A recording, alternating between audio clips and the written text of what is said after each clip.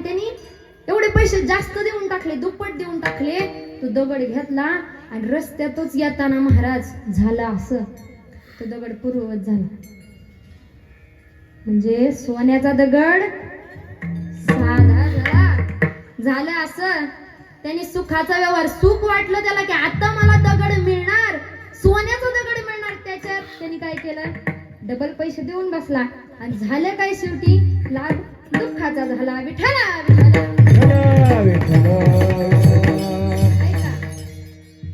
सुखाचा व्यवहार केला आणि लाभ परिणामी दुःख भोगावं लागलं. ऐका, सुखाचा व्यवहार केला आणि लाभ मात्र त्याला दुःखाचा झाला. दुसरा अलीकडे घ्यायचा आता, व्यवहार दुःखाचा पण लाभ मात्र सुखाचा. ऐका, व्यवहार दुःखाचा केल्यानंतर लाभ सुखाचा होतो असं आजवर कोणी ऐकले का? नाही ऐकलं. मग आता ऐका, ऐका की मला सांगा, आपल्या गावातले किती, आपल्या म्हणते बरं का, आपल्या ह्याचा अर्थ काय, तुमच्या गावची मी नात झाली, बरोबर आहे का? आपल्या म्हणलं की नातं जोडलं. मला सांगा, आपल्या गावात किती माळकरी आहेत?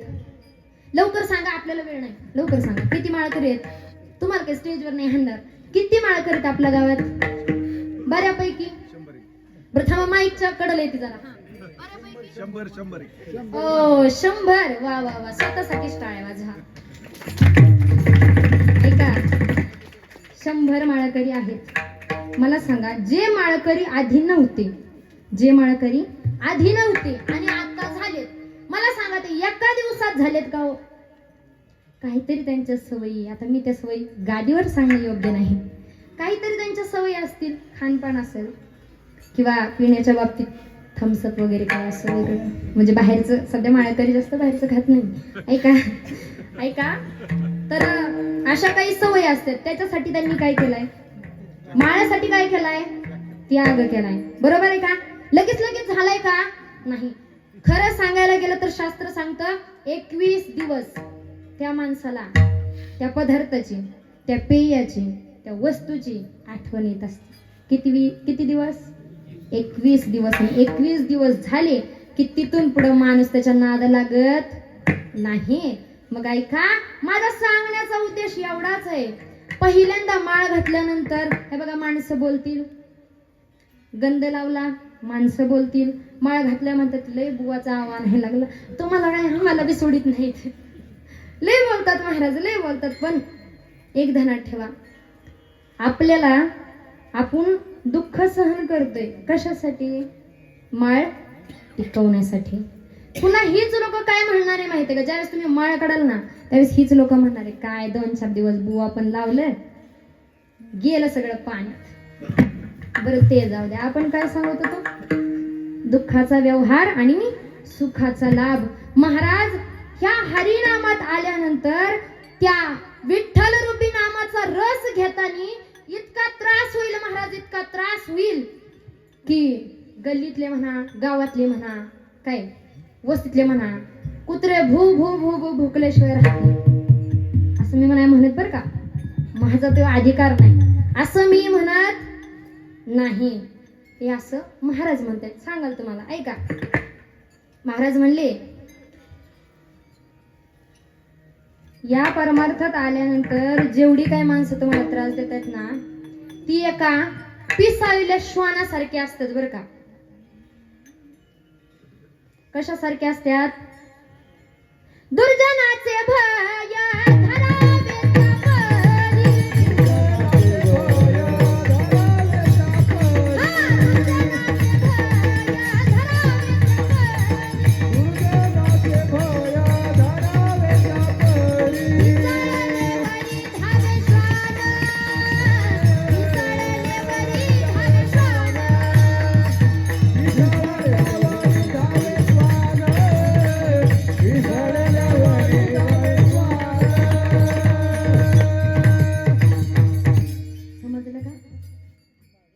दुर्जनाचे भय धरावे त्यापरी, पिसाळले वरी धावे श्वान. त्यांच्यापासून 2 हात लांब राहायचं, त्यांचं ऐकायचं नाही. आपण एकदाच म्हणतो बघा, कुत्र जर भुकत असलं आणि त्याला जर आपण म्हणलं का नाही हाड हाड, तर ती बिंबीच्या धेटापासून भुकत आहे. पण आपण त्याच्याकडे लक्ष जर नाही ना दिलं महाराज, भुंकती ती द्यावे भुंको आपण नये जाते शिको आपण नये जाते शिको आपण नये जाते शिको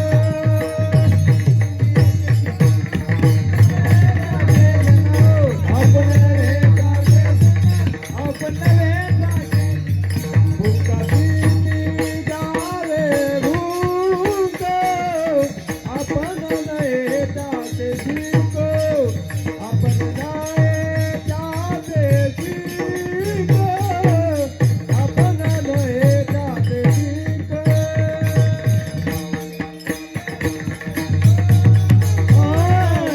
आपण नये जाते आपण नये जाते शिको आपण नये जाते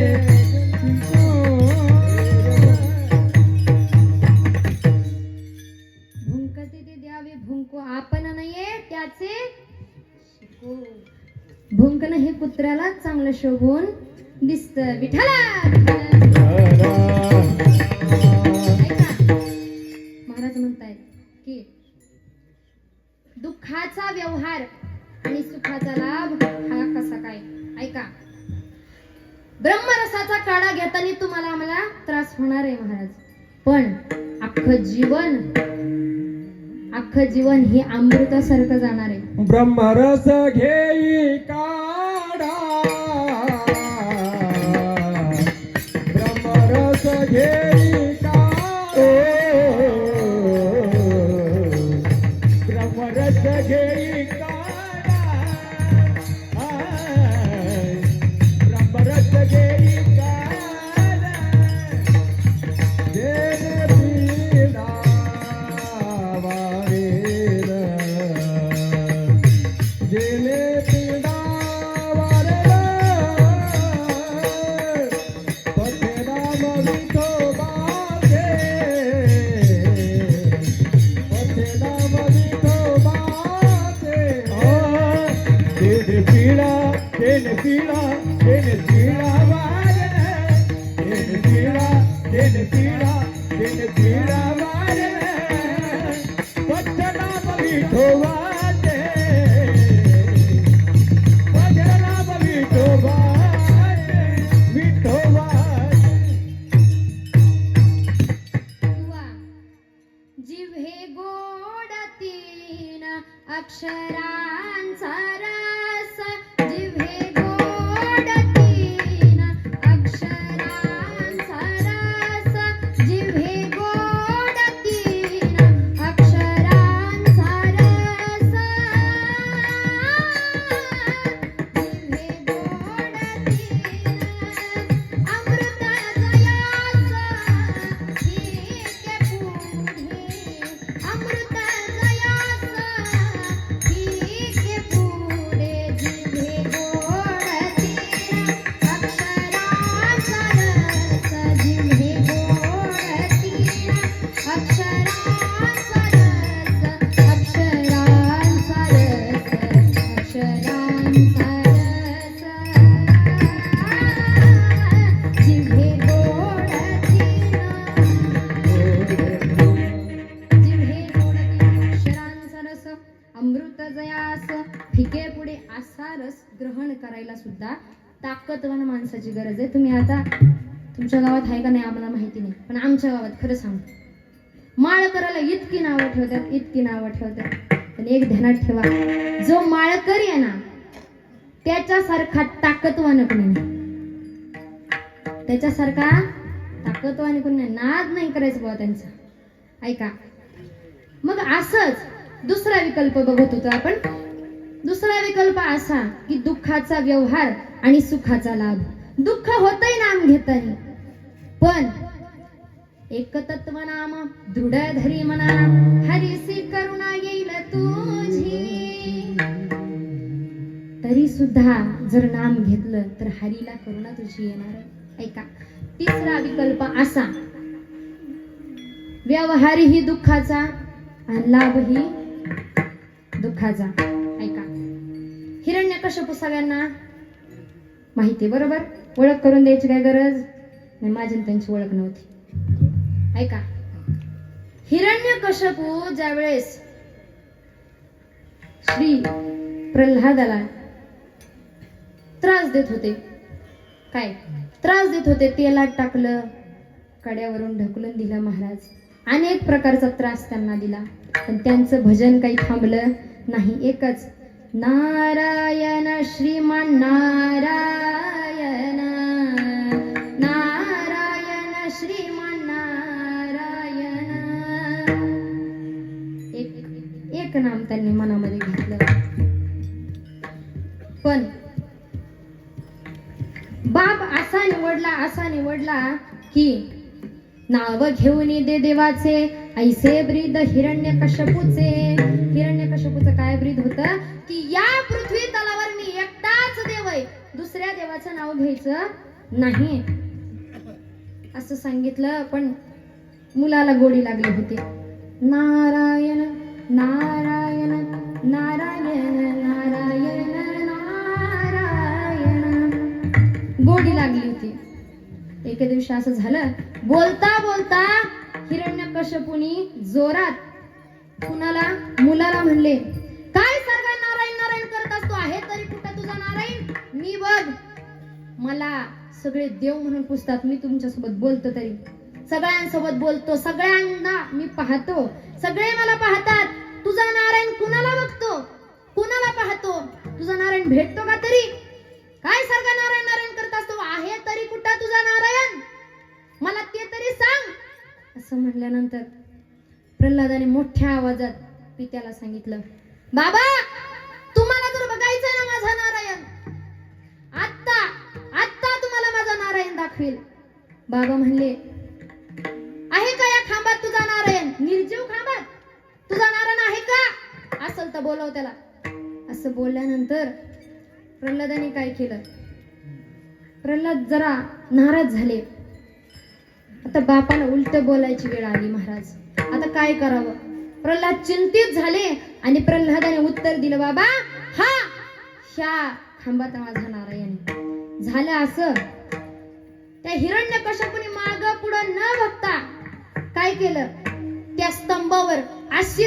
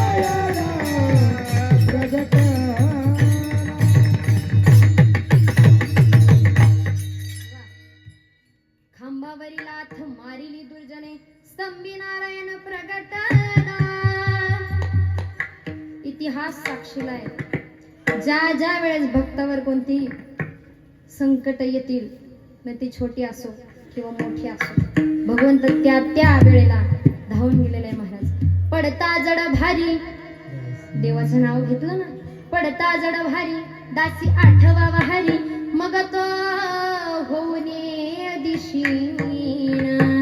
एवढं सुदर्शन चक्र कधी पण काढत नाही बरं का देव. ज्या वेळेस गरज पडती त्याच वेळेस सुदर्शन चक्र सोडलं जातं. पण देव इतका दयाळू की साध्या कामाला म्हणजे साधं साधं जर एखाद्या भक्ताला कोणी त्रास दिला तर सुदर्शन चक्र सुद्धा सोडायला माग पुढे बघणारा हा परमात्मा आहे महाराज. चौथा विकल्प आपण बघत होतो ऐका. तिसरा विकल्प काय सांगितला? व्यवहारी दुःखाचा आणि लाभही दुःखाचा. व्यवहार दुःखाचा केल्यामुळे लाभही दुःखाचा झाला. ऐका, मग असा प्रश्न आपल्या मनात येतो की व्यवहारी दुःखाचा आणि लाभही दुःखाचा, मग सुख आहे तरी कुठं? हे कुणाला तरी विचारलं पाहिजे. सुख आहे तरी कुठं? तर ऐका, ज्या वेळेस तुकोबारायांनी असा स्वतःलाच प्रश्न विचारला, सुख आहे तरी कुठं, त्यावेळेस तुकोबारायांच्या मुखातून शब्द बाहेर पडले की मी असा आहे, माझा अनुभव असा आहे की सुखाच्या व्यवहारानं, त्या नामचिंतनाच्या व्यवहारानं मला सुखाचा लाभ झाला. अभंगाचा प्रथम चरण. सुखाच्या व्यवहारी सुख लाभ झाला. सुखाच्या व्यवहारी सुख लाभ झाला. सुखाच्या व्यवहारी सुख लाभ झाला. सुखाच्या व्यवहारी सुख लाभ झाला. सुखाच्या व्यवहारी सुख लाभ झाला.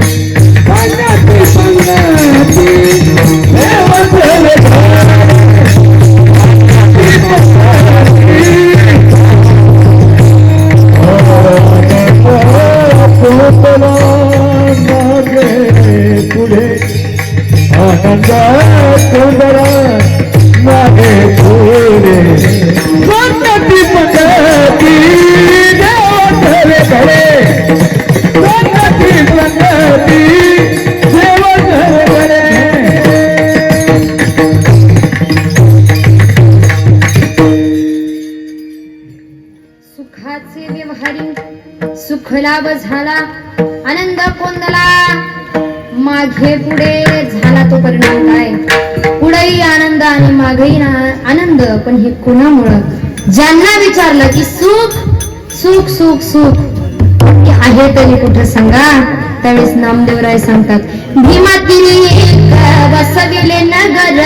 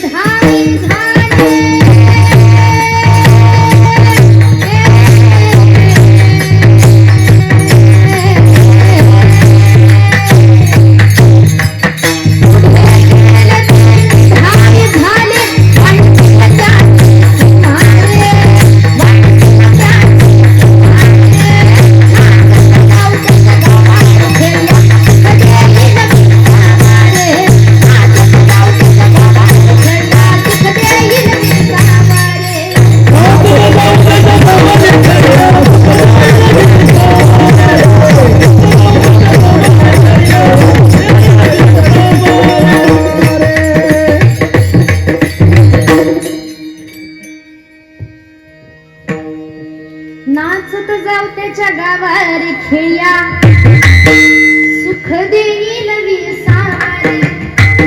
खूप प्रमाणात सांगितले महाराज, खूप प्रमाणात सांगितले. त्यातलं बघा, जम्मूया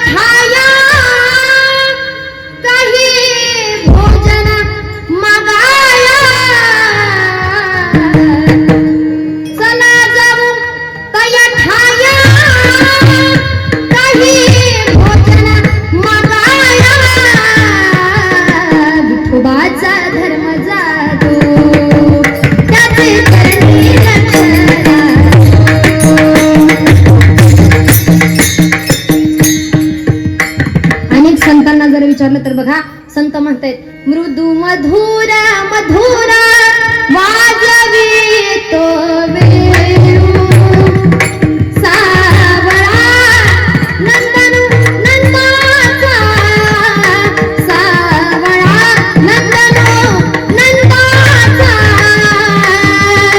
वाजवितो वेणू मृदू मधुर मधुर वाजवितो वेणू. पंढरपुराचा आहे त्याच्याकडे तुम्ही जा संतांनी त्याच्याकडचा म्हणजेच पंढरपूरचा पत्ता महाराज सांगितलेला आहे. मग महाराज म्हणतायत की साधकाला हवी हवीशी वाटणारी गोष्ट कोणती तर महाराज म्हणतायत अभंगाच्या दुसऱ्या चरणात पंगती पंगती देवाचे घडे पंगती पंगती देवाचे घडे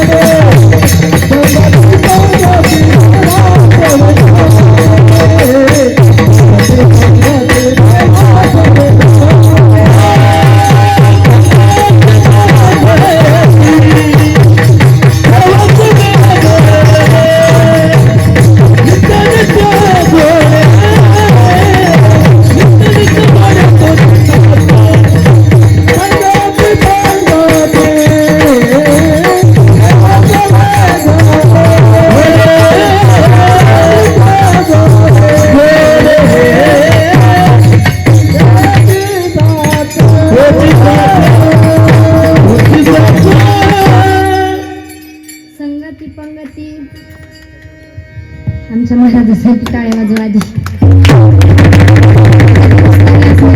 त्यांचं आगमन झालं ते असणारे आमचे महाराजांच्या चरणी दंडवत ऐका.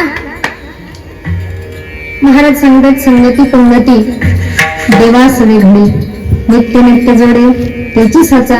पण संगत कुणाची आणि पंगत कुणाची हे सांगायचं राहिलं. ऐका संगत कुणाची करावं ज्याच्या संगतीत. आता आपल्याला बारकांची संगत बघायची नाही आपल्याला मोठ्यांची संगत बघायची वेळ कमी आहे. ऐका संगत कुणाची करायची ज्याच्या संगतीत माणूस मोठा होत जाईल अशाची संगत माणसाने करावी. अशांची नाही ज्याच्या संगतीत हाय लेवलला असेल की आपण खाली अशा संगतीत नाही. ऐका, संगत अशांची करायची की त्यांची संगत आपण केल्यानंतर 4 लोकांनी आपल्याला जे हरी, हा अशांची नाही. त्याच्या संगतीत गेल्यावर लोकांनी म्हणत ती येतय ती काय म्हणणे बाबा, असं नाही म्हणलं पाहिजे. कोणी म्हणलं पाहिजे बुवा आता काय शिकायला लागले, आता पप्पा थाप 10 दिनाचा येते बरं येऊ दे, थोडं 8 मिनिटांचं थोडं टाळ वाजवतो, खायचं नाही शिकला अजून थोडं. मग संगत कुणाची करायची तर मोठ्यांची करायची, ज्याचं कुणीतरी ऐकत. काय म्हणलं मी, ज्याचं कुणीतरी ऐकत, ज्याचं कुणीच ऐकत नाही त्याची चाकरी महिन्याला 50,000 रुपये दिले तरी बी माणसाने करू नये. काय म्हणलं, महिन्याला 50,000 रुपये दिले तरी त्याची चाकरी करू नये. चाकरी करावी कुणाची, ज्याचं देशात कोणीतरी ऐकत. देशोदेशी भाग जयाच्या उत्तरे, तयाचे कुत्रे बरे भले पण थिगजीने ज्याचा स्वामी मिळाला. ज्याचा देशात धाक आहे त्याचं कुत्र बनून राहावं, पण ज्याचं कुणीच ऐकत नाही त्याच्या संगत माणसाने राहू नाही. मग संगत करायची कोणाची बघा, एक साधा दृष्टांत तुम्हाला देऊन जाईल. हत्ती आणि शेळी, बरं का.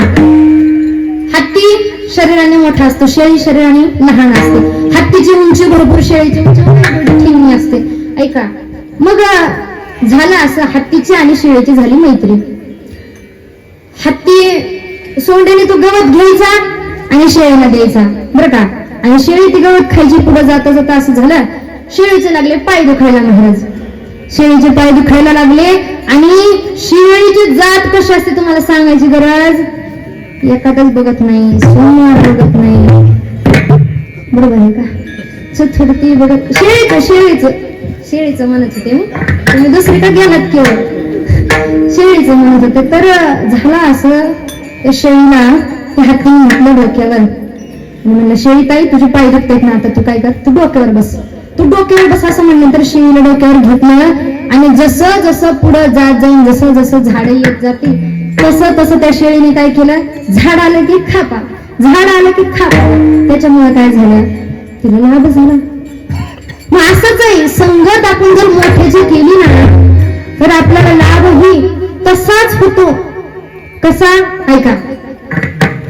संगत नामदेवरायांची लाभ कुणाला, संत जनाबाई महाराजांना. प्रकार तो झाला असा, संत जनाबाई महाराज म्हणतायत की देवाची संगत मला लाभली, पांडुरंग माझा पिता, रखुमाबाई माझी माता, ऐसी याच्या घरा आले, जणी म्हणे धन्य झाले देवा, धन्य झाले मी, नामदेवरायांना गुरु केलं आणि तुझी संगत पंगत मला लाभली. माझ्या हातून ज्या मी भाकरी केल्या त्या तू ग्रहण केलं देवा, धन्य झाले मी. बरं ऐका, संगत अजून कोणाला झाली, संगतीचं अजून सांगायचं तर वैशिष्ट्य असं की नामदेवरायांना संगत जनाबाईंच्या आधी झाली, पण झाला प्रकार असा की नामदेवरायांना संगत झाली देवाची, देवाने नैवेद्य खाल्ला आणि त्यांना अहंकार आला. मेरुतो समान धार देवा, देवाला अहंकार आलेला आवडत नाही, म्हणून नामदेव कच्चे राहिले. आणि त्यांच्याच कृपा आशीर्वादाने भक्ती मार्गात असणारी जनाबाई महाराज, त्यांचा भाव इतका देवावर जडला, इतका देवावर जडला की जनाबाई एकदा जात्यावर म्हणायच्यावर का, पांडुरंग माझा पिता, रखुमाबाई माझी माता, ऐसियाच्या घरा आले, जणी म्हणे धनी झाले. मला खरं सांगा, घरात आपल्याला 4 माणसांची कामं करायची म्हटलं तर जीव नुसता जायला होतोय, बरोबर आहे का.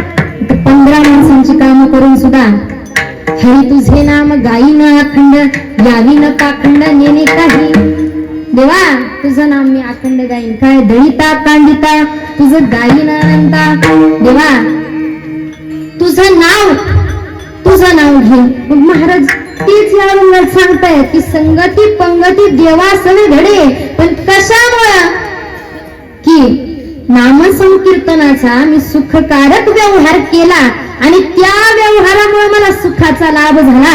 पण काही जण असं विचारतात नुसतं सुखाचाच लाभ झाला, त्याच्याकडे अजून काही दिलं आहे का, किंवा मी त्या भगवंताला संगतही तुमची झाली, भगवंताशी पंगतही झाली. मग पंक्तीला बसल्यानंतर त्याच्याकडे काही वाढायला आहे का? वाढायला नाही. महाराज मोठ्या थाटाने सांगतायत अभंगाच्या 3ऱ्या चरणात. समर्थाचे घरी सकल संपदा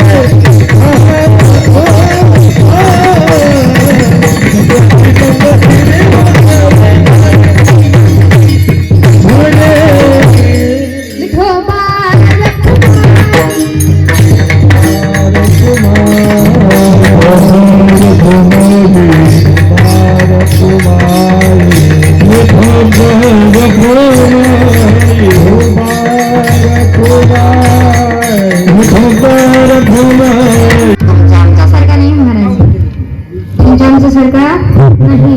जर सत्याची जर पंगत असेल, काय झालं?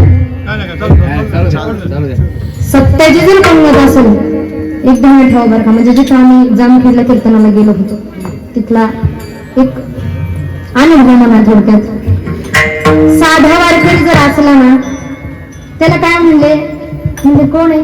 वारकरीच बसवण्याची पंक्तीला काय त्यांना जेवण माहिती का? पिठलं वारकरी. आता गायक मंडळ, वादक मंडळ आम्ही गेलो, म्हणले महाराज लोक आलेत का? हो महाराज लोक आलेत. मग काय करा? तुला वर नाही का? काय वर? जिलबी, पोळी, भाजी, गरम भात. कुठे? त्यांना वर नाही. आणि साधा वारकरी नरकात जाशील ना. हा, वारकऱ्यासारखा दुसरा दाखवायला नाही महाराज. ह्याला समर्थ म्हणत नाही. समर्थ कशाला म्हणतात? तळील्या वरिल्या एकची पकवानी. मग कोणीही आलं पंक्तीला देव जरी भासला तरी काय करायचं? त्याला पिठलं भाकरच वाढायची. दुसरं अजिबात त्यांचे चोचले पुरवायचे नाही. ह्याला म्हणायचं समर्थ, ज्याचे सदा हाताशी असतात. सगळ्यांसाठी, महाराजांसाठी वेगळे आणि वारकऱ्यांसाठी वेगळे असे नाही. एका पंढरपूरची वारी तुम्ही करता का नाही करता मला माहिती नाही महाराज. मी अभिमान नाही सांगत माझा. एक साधा वारकरी म्हणून 4 वर्ष वारी झाली दादा. आणि 4 वर्ष वारीतला अनुभव हा की काय म्हणतात ना, अभिमान जो असतो ना माणसाला, सूट बूट बंगला गाडी काय असेल ते असेल, तो अभिमान जाण्याचं ठिकाण म्हणजे वारी आहे महाराज. तुम्ही अनुभव घेऊन बघा. एकदा तरी तुम्ही पंढरीची वारी करा, तुम्हाला अनुभव येईल. काही सांगतो आपण समर्थ कोणाला म्हणावं? आणि माझा भगवान परमात्मा तो समर्थ आहे. का समर्थ आहे? की त्याच्या ठिकाणी तुम्ही कोणतीही गोष्ट मागा, कधीच कमी करत नाही. कोणती गोष्ट मागा, कधीच नाही म्हणत नाही. कसं? ऐका, एखाद्याला आई वडील नसतात, काय एखाद्याला आई वडील नसतात, भाऊ बहीण नसतात. पण माझा भगवान परमात्मा असा आहे, त्याच्यासाठी, त्या व्यक्तीसाठी तिची आई व्हायला तयार आहे, त्या व्यक्तीसाठी त्याचा बाप व्हायला तयार आहे, भाऊ व्हायला तयार आहे. थोडक्यात काय सांगा, मामा पण घ्यायला तयार आहे. महाराज सांगतायत, माया बापा बंधू जन तुझी सोय रास जन ऐका ऐका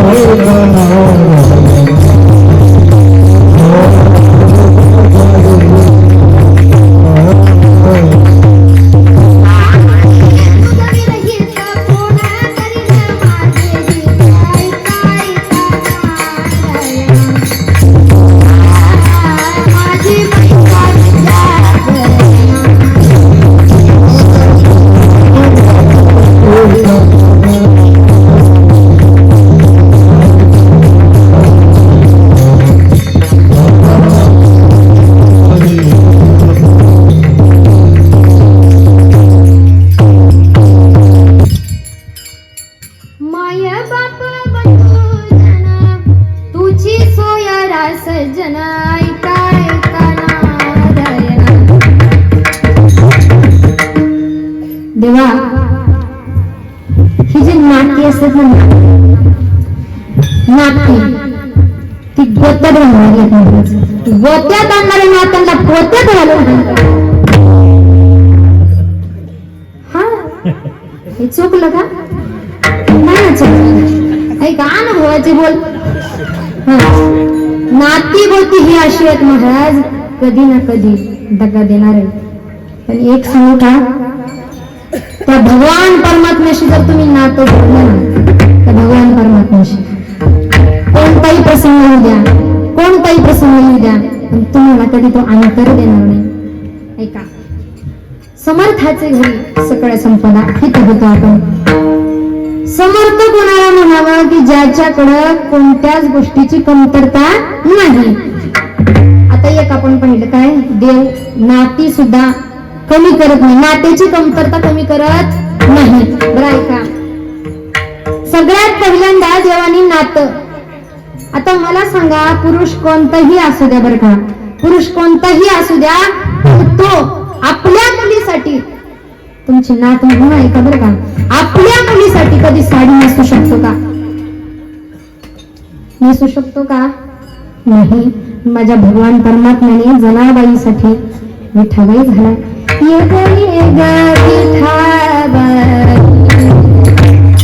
माझे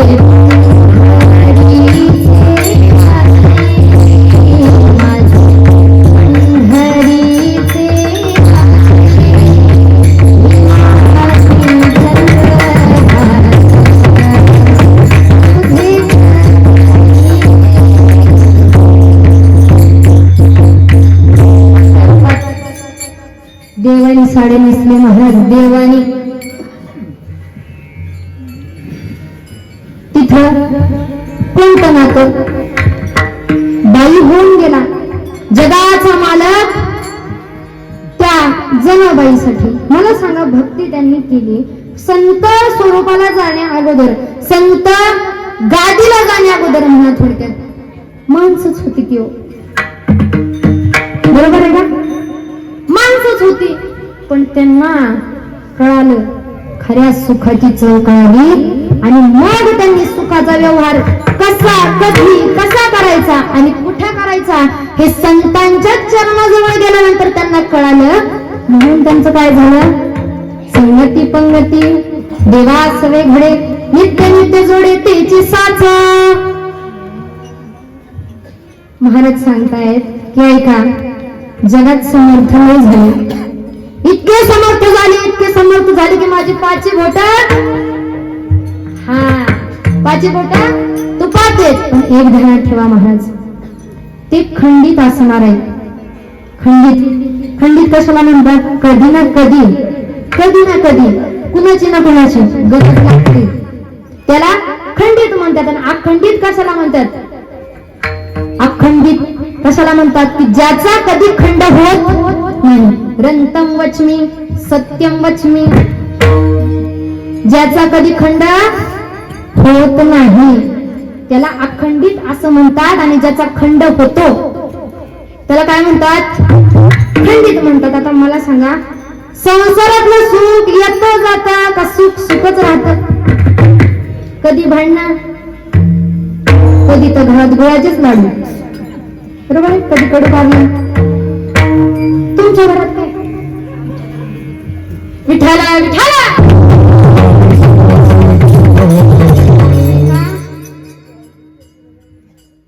असं असतं. पण अखंडित कशाला म्हणतात? हे बघा, जगाने बोलू द्या, घरातल्यांनी बोलू द्या, कुणी बी बोलू द्या, त्याच्याकडे लक्ष द्यायचं नाही. कारण का? की तो माणूस अखंड जे सुख आहे त्या सुखात बुडलेला असतो. म्हणून तो कुणाचंच ऐकत नाही. एका अखंडित सुख कोणतं? तर ते भगवंताच्या नामाचं. बरं का? महाराज म्हणतात की ज्यांना तुझं नाव मिळालंय, ज्यांना नाव ते वदवतायत, त्यांची संगत मला घडू दे. अखंड जया तुझी प्रीती मज दे मग मी कमळापती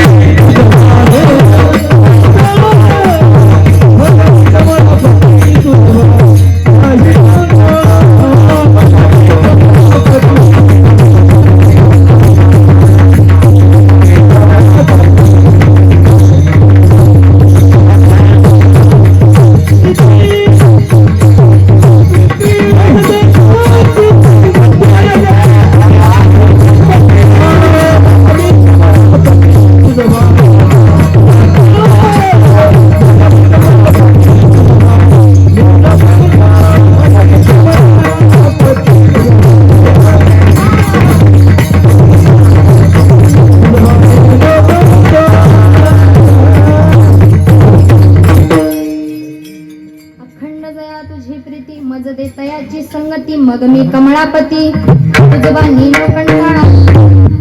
देवा, अशांची जर मला संगत घडली ना तर तुझा कंटाळा मला कधी म्हणजे कधीच येणार नाही. ऐका, समर्थ पाहत असताना या भूतलावर कितीतरी संत आले आणि कितीतरी संत गेले. आता संतांचे अभंग आणि अभंगावर प्रेम करणारी माणसं कमी राहिली. आता का राहिली का नाही ते मी या गाडीवर. आता आला आई माझी माणसं मोठ्याला आपल्याला बोलायचं नाही. ऐका, पुन्हा आली गाणी. तसं म्हणायला गेलं ना महाराज, तसं म्हणायला गेलं ना तर देवाच्या बाबतीत जसं आपण साधं बोलतो तशीच जर गाण्याचा भाव जर बघितला, ऐका, गाणी म्हणण्यापेक्षा त्याला भक्तिगीत जर आपण नाव दिलं तर ते अधिक गोड वाटणार आहे. कसं आहे का?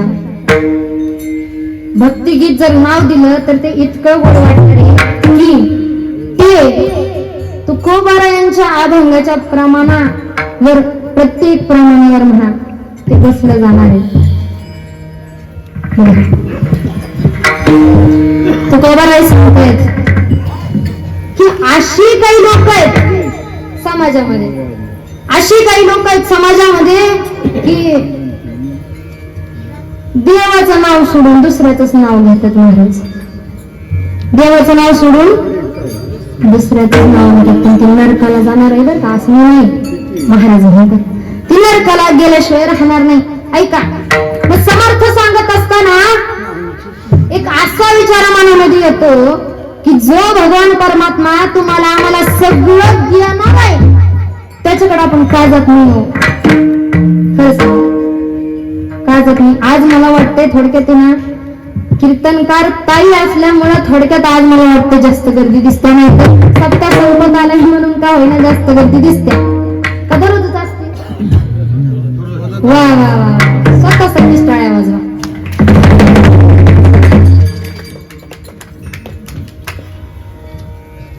मला काय म्हणायचं माहिती का, एवढं देवाने आपल्याला दिले, काय एवढं देवाने आपल्याला दिले तर समर्थ आहे, त्याच्या घरी कोणत्याच गोष्टीची कमतरता नाही. एवढं तुम्हाला आम्हाला दिले इंद्रिय सगळं व्यवस्थित, दिली इंद्रिय हातपाय काना डोळे मुख बोलणारे वचन, जेणे बोलीसी जेणे जोडीसी नासी जीवपणा, एवढं सुंदर सगळं तरी सुद्धा आपण विषयाचं चिंतन का करतो? खरं सांगू का, विषयाचं चिंतन करण्यापेक्षा, आता चिंतनाचे विचार प्रकार आहेत बरं का. पहिलं चिंतन माणूस दुसऱ्याचं करतो. कसं? ऐका, दुसऱ्याचं कसं होईल, काय होईल, ते जाऊ द्या. दुसरं चिंतन काय? देशाचं करतो. हे इकडे मेला, ते तिकडे गेला, असो. तिसरं चिंतन कशाचं करतो? आपल्या गल्लीतलं, थोडक्यात म्हणा गावातलं म्हणा, ते चिंतन करतो. चौथं चिंतन कशाचं करतो? स्वतःच करतो. मला कोण काय बोलतोय, मला कोण काय. खरं सांगू का, जेवढं तुम्ही चिंतित राहाल ना, तेवढं चिंतन तुमच्यापासून लांब जाणार आहे. तुम्ही चिंता सोडा आणि त्या भगवंताचं चिंतन करा. महाराज, त्याचं काय होईल, त्याचं काय होईल एवढं बघत बसण्यापेक्षा अरे तुझं काय होईल ते बघ. एकदाच, पुन्हा पुन्हा नाही. तुझं काय होणार आहे तेवढंच बघ. महाराज सांगतायत की एकत्व नाम हरिसी करुणा येईल तुझी. मग ऐका, समर्थ हे बघत असताना या भूतलावर कितीतरी जवान होऊन गेले, ज्यांनी देशासाठी आपला देह पणाला लावला, आपल्या स्वराज्यासाठी पणाला लावला, आपल्या भगव्या झेंड्यासाठी पणाला लावला. पण असे काही जण आहेत अजून सुद्धा स्वराज्याकडे वाकड्या नजरेने बघतायत. महाराज, हा, वाकड्या नजरेने बघतात. ह्याच्यात त्यांची चूक नाही महाराज, आपली चूक आहे सगळं. आपण टिळा लावायला नाचतोय, एवढं सगळं दिलंय. समर्थ बघतोय बरं का. आता हे समर्थ जर बघितलं तर छत्रपती शिवाजीराय म्हणावं लागलं. कारण की काय म्हणतो आपण, स्वतंत्र राहण्याचं काही विषयच नव्हता त्यावेळी. पण छत्रपती शिवाजी महाराजांनी आपल्याला स्वातंत्र्य दिलं. स्वराज्य निर्मितीचं स्वप्न सगळ्यांच्या हृदयात पेरलं महाराज. त्या छत्रपती शिवाजी महाराजांची जी समाधी, ती समाधी महाराज काही काळापुरती सगळ्यांच्या नजरेआड झाली होती. पण ती समाधी, काहीतरी म्हणतात ना, देवाला काहीतरी अवतार घ्यावा लागतो, तेव्हाच काय होतं, काहीतरी नवीन निर्मित होता. तर तिचा अवतार होणार आहे, सगळे बघायला असतील नसतील, आम्ही असू नसू म्हणत, काहीतरी वेगळं निर्मित होतं. आज आपण जर महाराजांची समाधी बघतोय ना, जी छत्रपती शिवाजी महाराजांची समाधी बघतोय ना, तर ती समाधी शोधून काढण्याचं काम एका खानदानी कुणी मावळ्यांनी केलेलं आहे. काही काळापुरती आपण थोडस बाजूला झालो होतो, पण झालं असं त्यांनी, म्हणजेच ते कोण, सावित्रीबाई फुले यांचे महात्मा ज्योतिराव फुले. ते झालं असं की ती समाधी शोधून काढली. खोटं सांगत नाही महाराज. जसं मी मगाशी सांगितलं, पडताकडे भारी दासी आठवावा हरी, मग तो होऊन दिशीन आडहरी सुदर्शन. ज्या प्रकारे देव सुदर्शन वापरायला कमी करत नाही, त्याच प्रकारे त्यांनी काय केलं मारे, 4-2 टाळकी आलती. 4-2 टाळकी आलती कशासाठी? महाराजांची समाधी शोधतोय. मग कशाला शोधतोय? तो तर म्हणले शूद्रांचा देव होता, असं त्यांनी वाईट बोललं महाराज. आणि त्यांनी वाईट बोलल्याबरोबर त्यांना राग आला आणि झालं असं, त्यांनी काय केलं, कुऱ्हाड होती त्यांच्या हातात, दोघांनाही जागेवर रक्ताच्या थारोळ्यात पाडलं. तुम्ही भाग्यवान की अशांच्या, की जेणेकरून छत्रपतींची समाधी ज्यांनी शोधली त्यांच्या गावात तुम्ही राहताय. विठ्ठला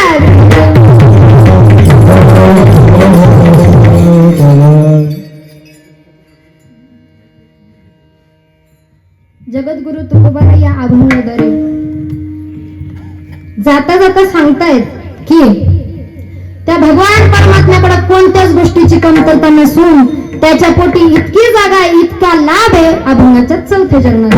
म्हणे येथे लाभाची या कोटी तुका म्हणे लाभाची या कोटी तुका म्हणे लाभाची या कोटी तुका म्हणे लाभाची